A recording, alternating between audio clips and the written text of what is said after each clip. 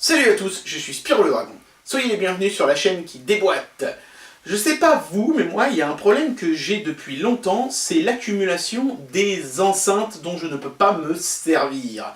Entre les chaînes hi-fi qui ne nous servent en général plus à rien, les vieux home cinéma qui avaient la saugrenue idée d'intégrer l'ampli dans le caisson de basse et qui sont aujourd'hui devenus totalement stupides et inutiles, et ben on se retrouve avec des enceintes qui ne nous servent plus à rien. Par exemple, là, vous voyez, juste à mes pieds, j'en ai deux comme ça, là, qui proviennent d'un vieux home cinéma, des petites enceintes de chez Creative.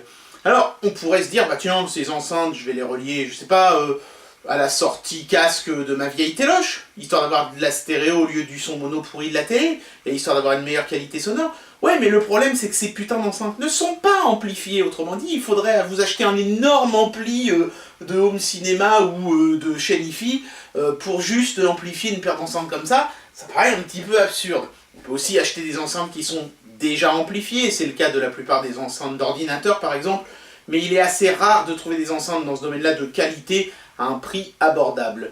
La dernière solution, ce serait de trouver un tout petit ampli qui prenne pas trop de place. Et bien c'est exactement ce que l'on va tester aujourd'hui. On va tester ce petit ampli dans une boîte vraiment très bariolée. Alors est-ce que ce produit vaut le coup ou est-ce que au contraire c'est un plan à fuir? C'est ce que la vidéo d'aujourd'hui va déterminer. C'est parti. Bien, alors de prime abord, c'est pas l'emballage qui va vous donner envie d'acheter ce produit, je pense. On dirait plus une sorte de lot un peu merdique qu'on gagnerait à la foire du trône après avoir réussi un jeu presque impossible, qu'un produit qu'on achèterait dans un magasin de hi-fi haut de gamme. On va pas tergiverser là-dessus. Il est très très moche l'emballage. Je sais pas pourquoi il y a cette voiture sous des feuilles mortes là derrière, c'est très bizarre. Le produit est montré dans sa version rouge qui est pourtant la plus criarde, c'est un petit peu bizarre. Un petit plan de la télécommande car oui, il y a une télécommande, c'est au moins ça l'avantage, vous pourrez baisser le son sans lever votre gros cul de feignant de votre canapé.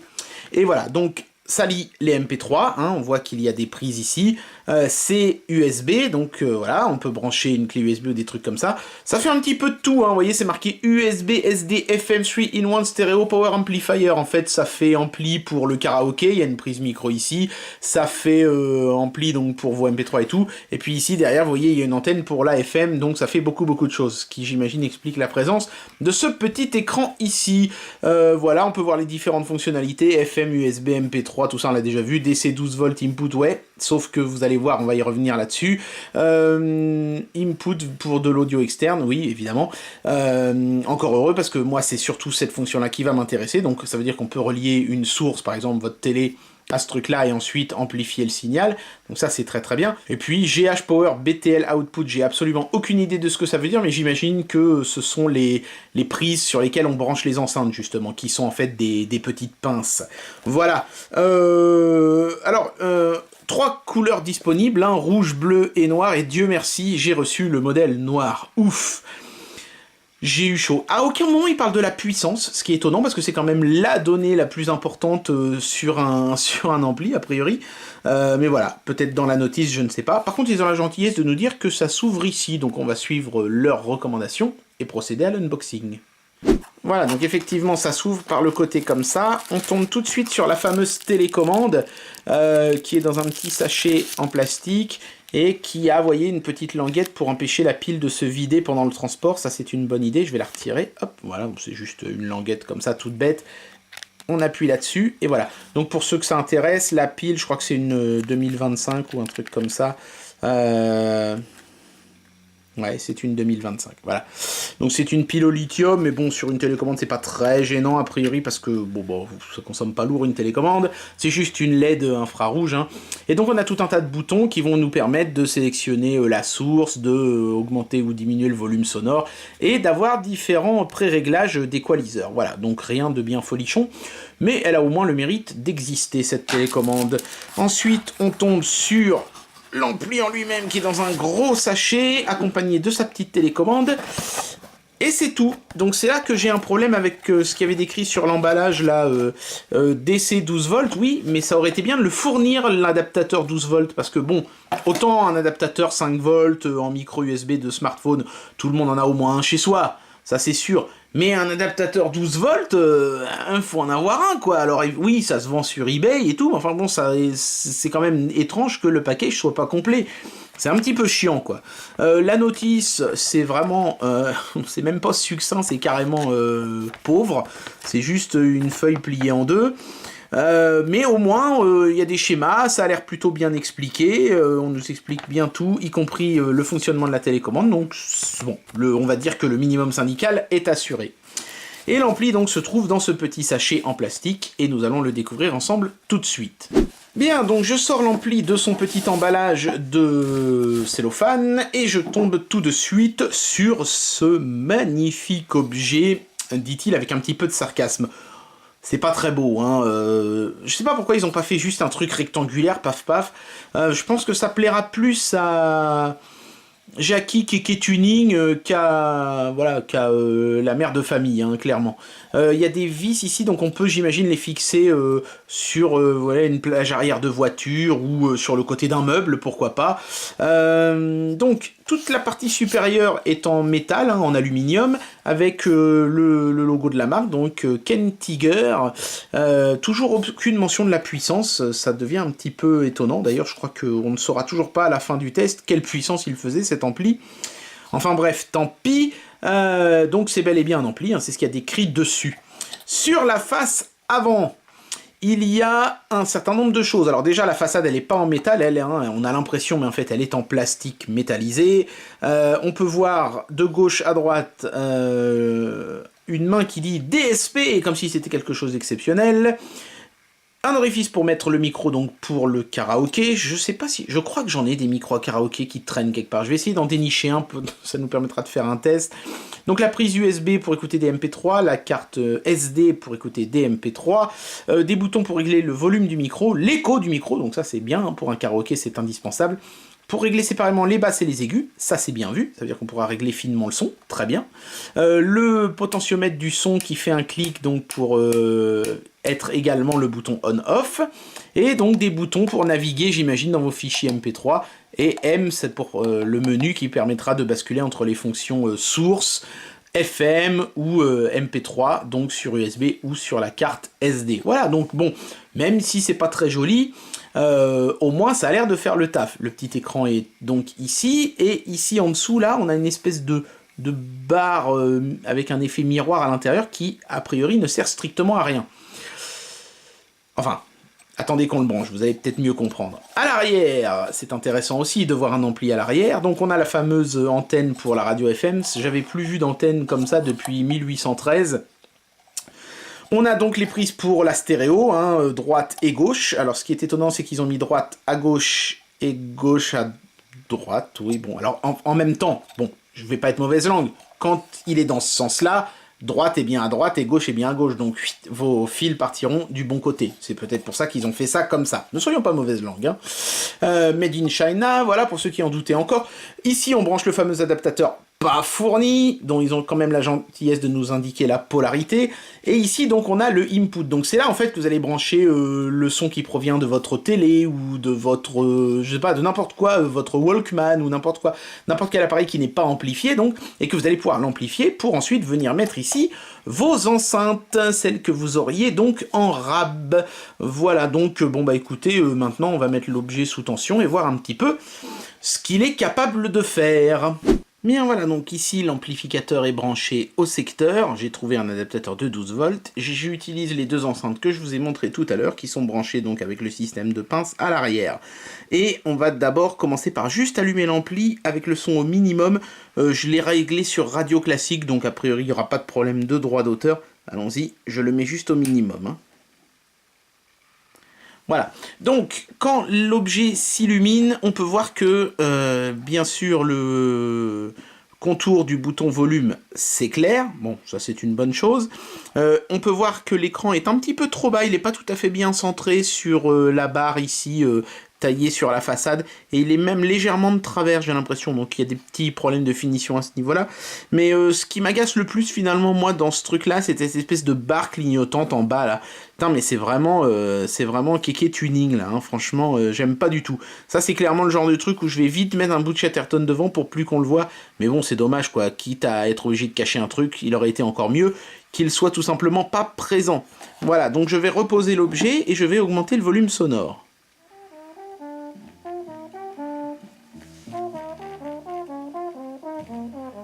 réception est pas top, mais on peut allonger l'antenne.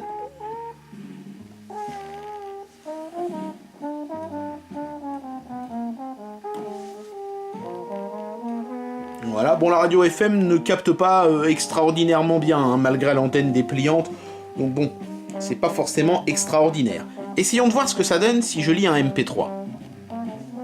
Allez, on va brancher ma magnifique clé USB de 32 mégaoctets, pas giga, hein, mégaoctets, qui m'avait été donnée il y a 10 ans de ça au moins par un laboratoire pharmaceutique.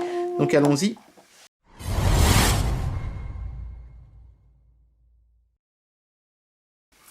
Salut à tous, je suis Spyro le Dragon. Soyez les bienvenus sur la chaîne qui déboîte. Je sais pas vous, mais moi, il y a un problème que j'ai depuis longtemps, c'est l'accumulation des enceintes dont je ne peux pas me servir. Entre les chaînes hi-fi qui ne nous servent en général plus à rien, les vieux home cinéma qui avaient la saugrenue idée d'intégrer l'ampli dans le caisson de basse et qui sont aujourd'hui devenus totalement stupides et inutiles, et ben on se retrouve avec des enceintes qui ne nous servent plus à rien. Par exemple, là, vous voyez, juste à mes pieds, j'en ai deux comme ça, là, qui proviennent d'un vieux home cinéma, des petites enceintes de chez Creative. Alors, on pourrait se dire, bah tiens, ces enceintes, je vais les relier, je sais pas, à la sortie casque de ma vieille téloche, histoire d'avoir de la stéréo au lieu du son mono pourri de la télé, et histoire d'avoir une meilleure qualité sonore. Ouais, mais le problème, c'est que ces putains d'enceintes ne sont pas amplifiées. Autrement dit, il faudrait vous acheter un énorme ampli de home cinéma ou de chaîne hi-fi pour juste amplifier une paire d'enceintes comme ça. Ça paraît un petit peu absurde. On peut aussi acheter des enceintes qui sont déjà amplifiées. C'est le cas de la plupart des enceintes d'ordinateur, par exemple. Mais il est assez rare de trouver des enceintes dans ce domaine-là de qualité à un prix abordable. La dernière solution, ce serait de trouver un tout petit ampli qui prenne pas trop de place. Et bien c'est exactement ce que l'on va tester aujourd'hui. On va tester ce petit ampli dans une boîte vraiment très bariolée. Alors est-ce que ce produit vaut le coup ou est-ce que au contraire c'est un plan à fuir? C'est ce que la vidéo d'aujourd'hui va déterminer. C'est parti! Bien, alors de prime abord, c'est pas l'emballage qui va vous donner envie d'acheter ce produit, je pense. Hein. On dirait plus une sorte de lot un peu merdique qu'on gagnerait à la foire du trône après avoir réussi un jeu presque impossible, qu'un produit qu'on achèterait dans un magasin de hi-fi haut de gamme. Hein. On va pas tergiverser là-dessus. Il est très très moche l'emballage. Hein. Je sais pas pourquoi il y a cette voiture sous des feuilles mortes là derrière. C'est très bizarre. Le produit est montré dans sa version rouge qui est pourtant la plus criarde. C'est un petit peu bizarre. Un petit plan de la télécommande car oui, il y a une télécommande. C'est au moins ça l'avantage. Vous pourrez baisser le son sans lever votre gros cul de feignant de votre canapé. Et voilà, donc ça lit les MP3, hein, on voit qu'il y a des prises ici, c'est USB, donc voilà, on peut brancher une clé USB ou des trucs comme ça. Ça fait un petit peu de tout, hein, vous voyez, c'est marqué USB, SD, FM 3-in-1 Stereo Power Amplifier. En fait, ça fait ampli pour le karaoké, il y a une prise micro ici, amplifie aussi les défauts. Bon, je vais pas vous mentir, j'ai déjà fait le test, et c'était assez catastrophique, donc on va le refaire ensemble. Là, le son est un petit peu en dessous de la moitié, et je vais brancher le micro. Voilà, et ce que vous entendez tout de suite, c'est un bruit assez insupportable de ronronnement. Alors, c'est en grande partie la faute au micro, c'est vrai, mais l'ampli en amplifie aussi une bonne partie. Il y a clairement un problème, je pense, de terre avec le micro. Et d'ailleurs, si j'en suis à peu près sûr, c'est parce que quand je pose ma main dessus, sur l'ampli, vous allez voir que le son s'étouffe considérablement. Vous voyez? Donc en fait, je fais taire avec ma main et ça diminue le bruit. Alors après, évidemment, la question c'est quid? Alors, je peux augmenter le volume sonore, mais ça va augmenter d'autant le bruit, évidemment. Après, on peut mettre de l'écho. Hello! Allez, on y va, on s'amuse! Il y a moyen vraiment de s'amuser avec ce truc! Bon, ça fonctionne, hein? Attendez, je vais le débrancher pour pas qu'on... Non, je vais l'éteindre, ça va être plus simple. Pour pas qu'on ait un putain de Larsen. Ça fonctionne, hein, vous avez vu que ça amplifie bien. Mais malheureusement, la prise micro est vraiment de trop mauvaise qualité. Et si... alors, si vous avez un très bon micro, ça ira. Hein, y aura pas de problème. Mais si, comme moi, vous avez des micros qui sont déjà pas terribles, eh ben, ça ne fera qu'amplifier les défauts de votre micro.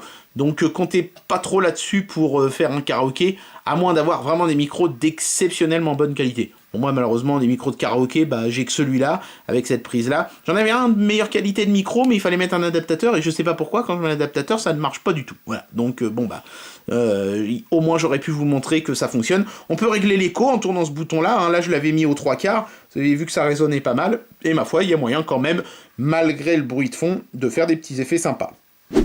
Bien, alors avant de conclure cette vidéo, un dernier petit point de détail que je voulais aborder avec vous. Il y a une chose qui m'agace particulièrement sur cet ampli, et qui fait que moi je vais pas pouvoir m'en servir pour l'usage que j'avais prévu à la base, c'est que, quand vous regardez bien, ici par exemple je me suis mis sur l'entrée auxiliaire, ok. Pour faire ça, j'ai appuyé sur le M ici qui permet de changer la source. Mais si j'éteins l'ampli et que je le rallume, il se remet sur la radio FM systématiquement.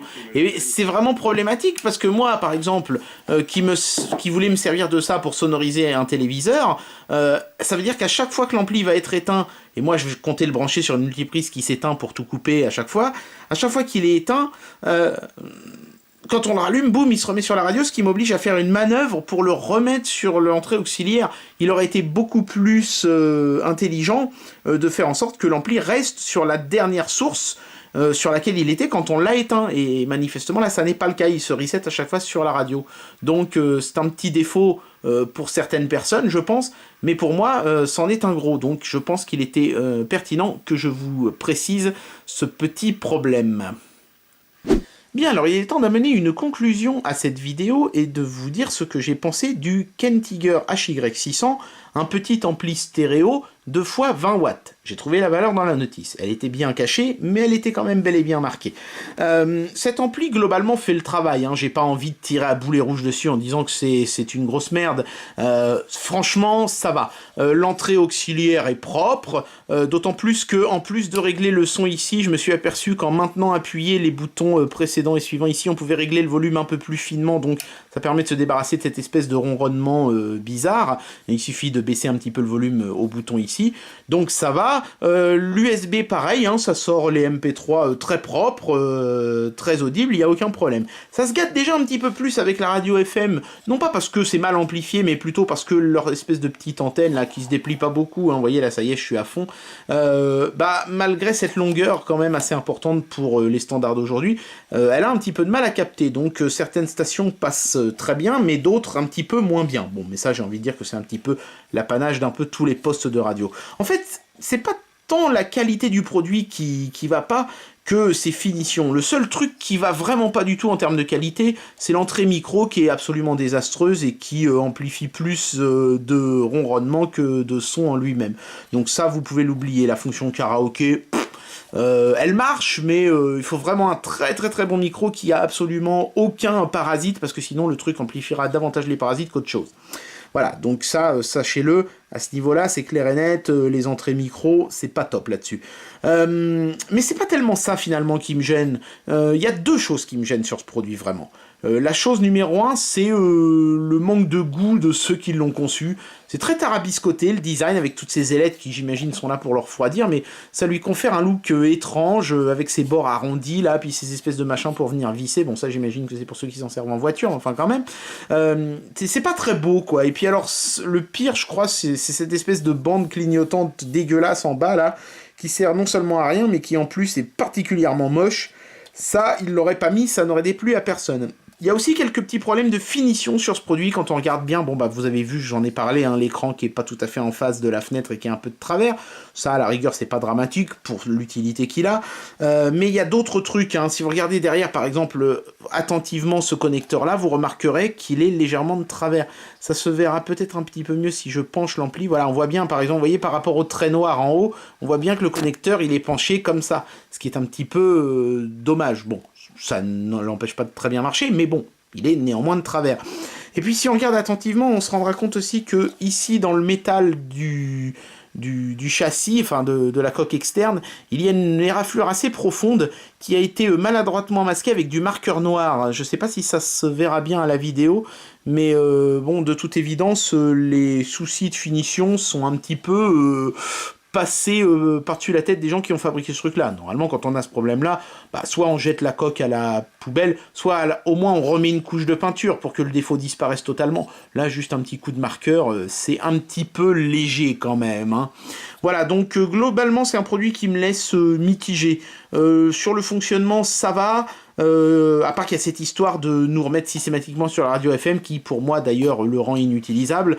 Mais bon, globalement il marche, mais il y a quand même pas mal de fautes de goût et de finition sur ce produit. Donc allez, comme ça marche mais que c'est particulièrement laid, je vais lui donner la moyenne. Je vais lui mettre la note de 2,5 sur 5. C'est pas désastreux au point de ne pas avoir la moyenne. L'usage principal, c'est-à-dire d'amplifier une source en stéréo, ça va, ça fonctionne correctement. Mais il y a quand même pas mal de petites choses qui viennent gâcher l'expérience. Donc pour moi, ça mérite pas plus que la moyenne. Voilà, 2,5 pour ce produit. Et bien voilà, c'était le test de ce mini ampli. D'une qualité fort approximative, certes, mais qui aura au moins le mérite de redonner une deuxième vie à vos vieilles enceintes. J'espère que cette vidéo vous aura plu et je vous dis à très bientôt pour un prochain test. Allez, tchuss!